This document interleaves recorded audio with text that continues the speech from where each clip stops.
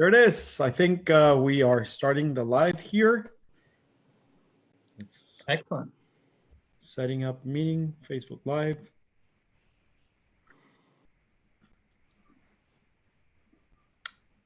I think it's getting there. I think there we are, aren't we? It says live on my side. I think there we are. We are live. Hey, welcome. Good afternoon. Welcome to Lunch with a Shark. And I was giving the information yesterday. Today we are having Lunch with a Shark number 50. 50. Wow. Number 50 with a very, very special guest. Cameron Ripley from Community Boost Consulting. We actually known Cameron for what is it now? 5-6 years? It's been Yeah, a while. Yeah. 5, 6, 7 years, something like that. And it was very interesting how we met. And Cameron became a client. Cameron became a friend, and now we are his clients. So, Cameron, welcome to the 50th episode of Lunch with a Shark. It's an honor. Thank you. I'm looking forward to it. Thank you. Cameron, tell us a little bit about yourself. Tell us about how you're handling this little hiccup in the world. Sure. So my name is Cameron Ripley. I'm the CEO and founder at Community Boost Consulting. We're a digital marketing agency that specifically focuses on the nonprofit sector. We have last year we worked with 186 different nonprofit organizations from small upwards to some of the biggest nonprofit brands in the world. We do a lot of Google ad grants management, Facebook ad management, email marketing. We basically help nonprofits scale online donations and online revenue and ultimately accelerate impact. So, and then, it's definitely been an interesting time. Certainly has impacted a little bit of what some of our initial plans in going into 2020 were, but we're persevering with a lot of our partners and clients and just coming up with new strategies as the world has, gone digital and social distancing and everything like that. But we work with a lot of museums, symphonies, theaters, so they've naturally been impacted heavily as well. So awesome. Well, since I've known you, you've always had a very strategical way of doing business, and I've seen you grow so much in the last years, and I've seen your betting pay off. And I say betting because what do you used to do before managing and being the leader at Community Boost Consulting? Yeah, I played professional poker during college and after college when starting a couple other ventures and managing a couple e-commerce startups. But I'm not exactly risk averse. Well, I've seen you take so many risks and they paid off. I'm really proud of you. I'm really proud of what you've achieved so far. You have an amazing team. You've built it. You built it from the ground up. You have had a couple of people helping you, but ultimately, it's been you who has grown this company to what it is.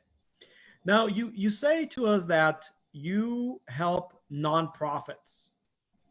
Tell us about the nonprofit industry, because most people, when you hear it's a nonprofit, you immediately go to, oh, everything must be given to them for free, or we must give to them. So tell us about the nonprofit world.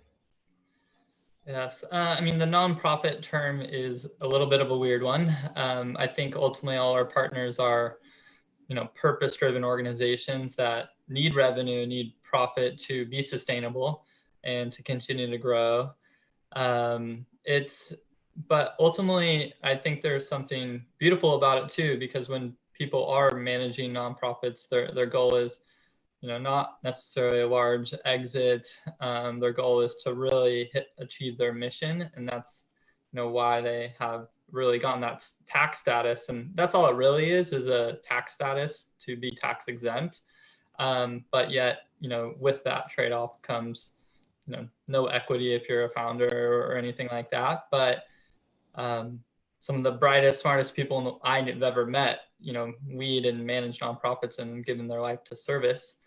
But it's definitely an interesting world. And with my background, I come from a digital agency consulting background and working with the startup tech space, and had enough experience in the nonprofit space. We wanted to niche in there because, it's fun, and it's some of the most challenging marketing as well to, where it's one thing to market a pair of shoes. It's another thing to market, hey, we need your financial support to achieve this mission, right? But there's nothing tangible at times given to the donor. So right, there shouldn't be anything in exchange for your donation. Otherwise, it wouldn't be deductible towards whomever is giving the donation. So you basically work with authentic nonprofits that are driven purpose, and that they're looking for something to support the community, to support the world, to support individuals, not just tax planning nonprofits. Pretty much. Right. So basically, what you're trying to tell us is that nonprofit, it's a business that does not pay taxes. Yeah, I mean, basically, yes. Basically. Okay. Interesting. So you help nonprofits, other than them doing the fundraising, you position them for them to be known, for them to get donations online. Tell us about what is it that you guys do? Because when it comes to nonprofit, if I'm just a regular individual, I would assume that, oh, well, nonprofit, why would they need marketing? Mm-hmm. Right. Well, most nonprofits, or even businesses for that matter, often have a good product or have good creative, have an amazing mission, have an amazing story, or are doing great work in the community. But most nonprofits or even businesses fail because they don't get enough traction, enough supporters, enough revenue, enough customers. And so that's really where we come in. We help organizations market themselves online, and we believe that marketing is not just about impressions, it's about attention, and we want to market where people's attention is at, which is online, on mobile, on Facebook. They Google things in their email inbox.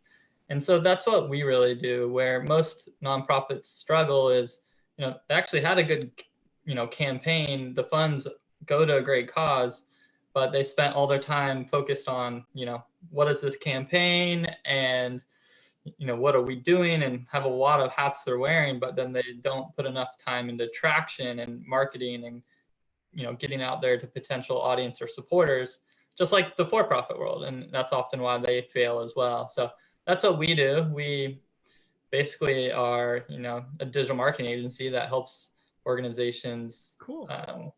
Scale awareness. You just said something very interesting, that some nonprofits, in order for them to save in their budget, they would just try to do everything on their own. But you also mentioned, same as for profit, we all are trying to juggle different hats, and we don't even become experts on anything. We just become multitaskers. So what's the difference in the marketing industry? Like, for me, marketing is just being on Facebook, Instagram, and posting chingaderas around there, and without any purpose, like just whatever comes to mind. Is that right? Or what is it that I need to do? Because I'm just posting shit on Facebook and Instagram, and and I have a webpage, and I assume that because I'm there, I'm gonna get clients. Am I right? No. Okay. Basically, I mean, you need a strong strategy, and then from there, you need to execute effectively. So, and that's where most businesses or nonprofits, you can tackle these things on your own, but you have to be a practitioner. And I feel like one thing you might see, especially in the nonprofit space, is, oh, that's social media. My niece or nephew is great at that. I'm going to have them intern and own that. But then you're, getting that level of work, and marketing is really important. And I mean, especially in times like these where we actually did a whole session on, like, what are the 5 principles in leading and managing an organization through a recession or looming recession. And, principle 1 is just like transparent, courageous leadership, focusing the team. Principle 2 is obsessing over finances and just being a hyper realist. Principle 3 is invest more in marketing. Like right now, you should actually be doubling down, and it's working for most of our partners. And principle 4 is, every day we're fundraising, or if you're a for-profit, every day you're selling. Like as an entrepreneur, if you're not doing anything to sell, that honestly wasn't that productive of a day. And then principle 5 is move faster and seize opportunity, because recessions do create land grabs of opportunity once you're ready, right? So it's like a phase 1 is weather the storm, and then phase 2 is seizing that opportunity. But yeah, that was a long-winded answer to your question. No. You just gave us an amazing recipe for success. Nevertheless, you cannot implement that on your own. You need someone like you guys or somebody like us to guide them in order for them to implement it. Otherwise, you're going to be lost. Again, you'll be multitasking and not in the right way. So yeah, I'm a believer in that. I think it's important to be self-aware and really understand your strengths as a leader and your team's strengths. And that's what's in even some of our biggest partners, where we're doing a lot for them, but they're able to partner with us and basically have people that have specialized and mastered these areas for years take on these channels and kind of have a team for what is often less than a cost of a team member. And similar to you, it's why we outsource a lot of our own accounting and that support, because I'm a marketer and an entrepreneur. I'm not necessarily an accountant. Right. So tell us, what in your experience, what has been the most, or the top 3 mistakes, errors that most nonprofits do? I mean, what's interesting, most of the mistakes in any growing business or organization, it's not just specific to nonprofits, but right. I feel like a lot of times people will launch a nonprofit and it's because of an amazing reason, right? Like maybe they had a family member affected by these things and they want to do this type of work. But I really encourage people to say, stop, like don't start one yet. Look around, and is there other amazing organizations doing this? And you could almost be a part of that, especially if your ultimate goal is to like end a certain, and create a certain impact. But when it comes to just, mistakes for organizations, I think really validating your business model, understanding your customer, as a nonprofit, can you raise funds outside of friends and family? I'm definitely believe, I've, in my own entrepreneurial journey, I've written 30-page business plans, and as soon as you start, then all of a sudden that's out the door. And I'm very much like a lean entrepreneur person. That's right. But you need the passion, you need the entrepreneurial spirit, and where it ultimately doesn't feel like work. And you do need, especially on the nonprofit side, strong legal structure, and an effective board of directors. If that is a perk of creating a nonprofit, is hopefully you're putting together a really strong board to support you. And we talked about that yesterday.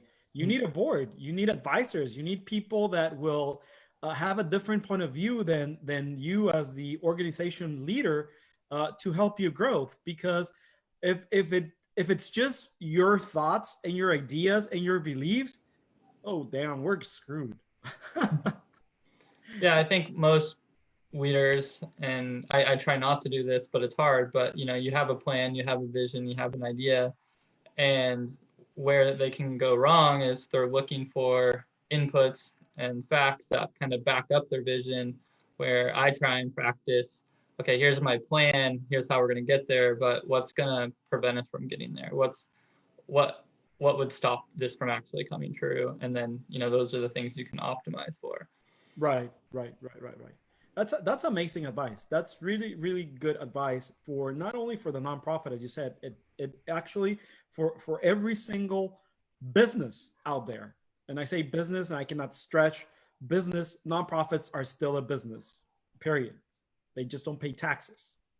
So you actually also touch a very, very interesting topic or point, is that just don't start a nonprofit because you believe you can help, because it's close to home.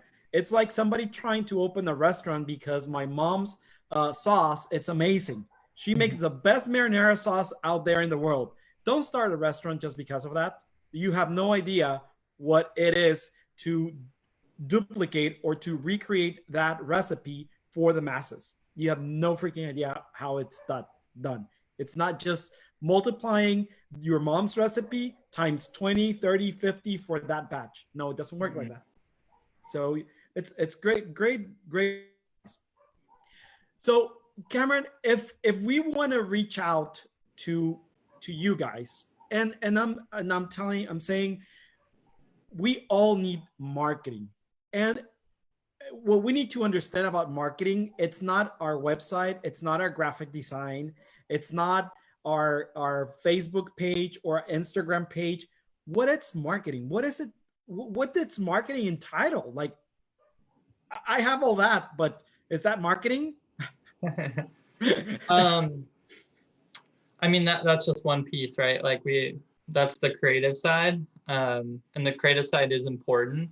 I believe in storytelling and the power of brand building, but you need the traction, and that's, the engagement and the users, right? Like, you could have a great website, but would you rather have, a great website with 100 visitors or a great website with thousands that generate a ton of lead forms or donations?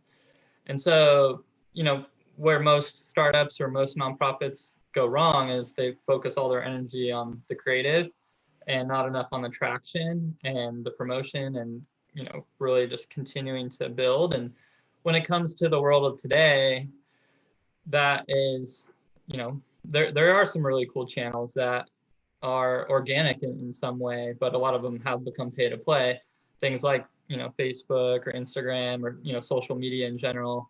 But you need to create more content, right? And people overthink it, and they need to just produce more and document the journey, as opposed to thinking like, what's the perfect commercial? And you're really good documenting your journey. And I'm gonna stop you there before you continue. And what we're gonna do is we are actually going to donate to your current campaign $100, so people can go and see what you guys are doing. I love the campaigns that you pull out. People go and visit Cameron's Facebook or Instagram or Community Boost. They did an amazing Christmas snowman video. It was amazing. That's true. I mean, with our client roster, we're also sharing our story as we're all growing together. And with what you're referring to is we created the holiday video, and it's kind of gotten better every year, and we send it to our clients as a year. But a lot of those videos started because in the early days we didn't have money to buy gifts, but we could come from the heart and just share our appreciation, right? And didn't really come from the heart. You said it very well. It's amazing how you guys genuinely care about your clients, and it shows on what you do. Yeah, I mean, I think that's, business 101 is putting the customer first. And I really appreciate the donation to the campaign where we're fundraising for 10. We don't often do our own fundraisers, but, we wanted to, while we naturally felt some, dips in revenue and things like that due to everything going on, ultimately we're pretty grateful for the position we are in and able to go remote. And so we started fundraising for 10 amazing organizations that are on the front lines of COVID-19 and COVID-19 relief. So I appreciate that. That means a lot. And they're going to some great causes. So Yes, they are. They're going to great causes.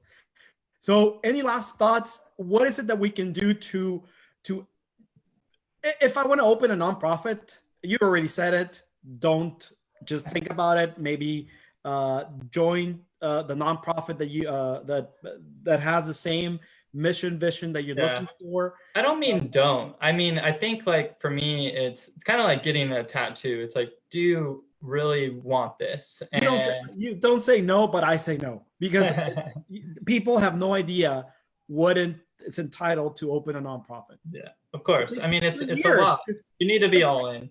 It takes over 3 years, and you know that, to get a 501c3 from the IRS.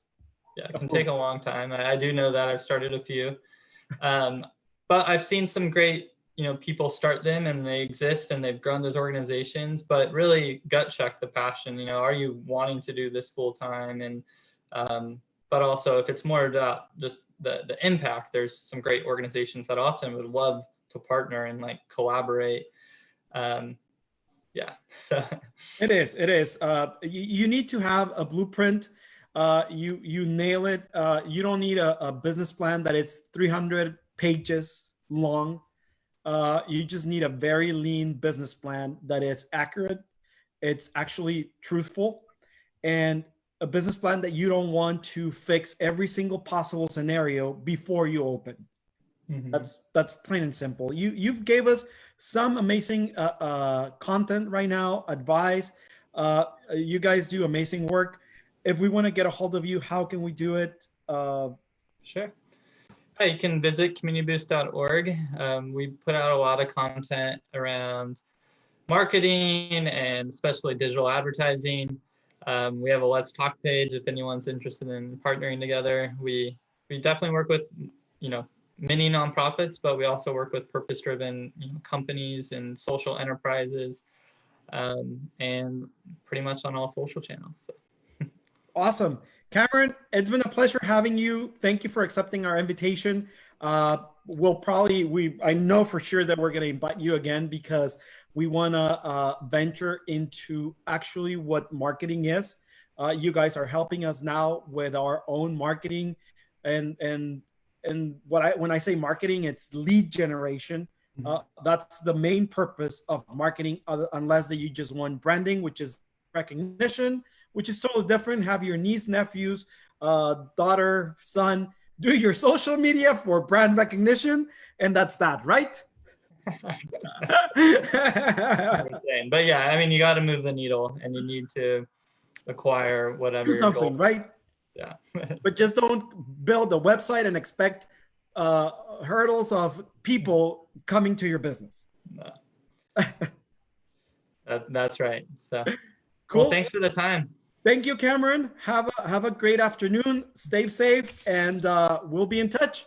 And to everyone, thank you for joining us on our 50th episode of Lunch with the Shark. I would never had imagined that we would have reached 50. I'm surprised, and it's not gonna be 50. It's gonna be more than 5,000. There you go. Cool. Well, have a good one, Vidal. Thank you so much, Cameron. Have a good afternoon to everyone. See you tomorrow. Ciao. Bye.